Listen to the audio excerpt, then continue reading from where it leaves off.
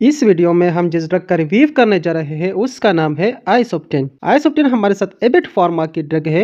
Abbott pharma की drug आपको पता है कि इंटरनेशनली हर एक फार्मेसी में हमको मिल सकते हैं आसानी से। ये 80 मिलीग्राम की डोज में आती है। अगर हम इसकी जेनेरिक नेम देख लें तो ये है वेरापेमिल हाइड्रोक्लोरोडियम। वेरापेमिल हमारे साथ कैल्शियम चैनल ब्लॉकिंग एजेंट है।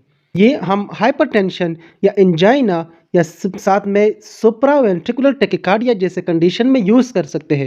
यानी कि हमारा हार्ट बीट जब इरेगुलर हो या हार्ट बीट हमारा टेकिकार्डिक हो, हार्ट बीट ज़्यादा हो, उस कंडीशन में या हाइपरटेंशन में या हमें चेस्ट पेन हो रही हो, एंजाइना जिसको कहते हैं, उसमें हम यूज़ करते हैं।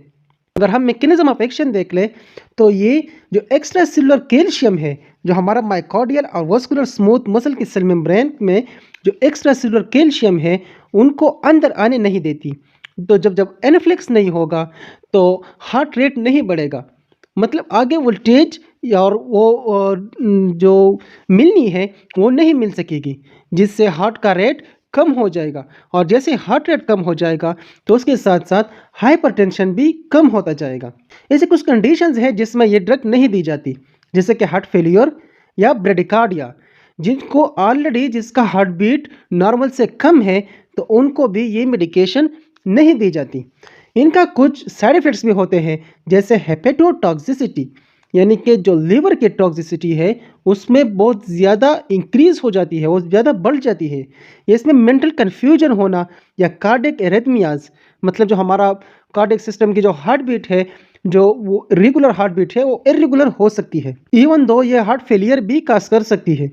अगर हम नॉर्मल साइड इफेक्ट्स देख लें तो इसमें जीआई अपसेट, यानी कि नोजिया, वॉमिटिंग, डायरिया होना, डेजीनेस होना, यानी कि आपको नींद की वो हो जाना, या आपको हेडेक होना या फिटीग होना हो सकती है।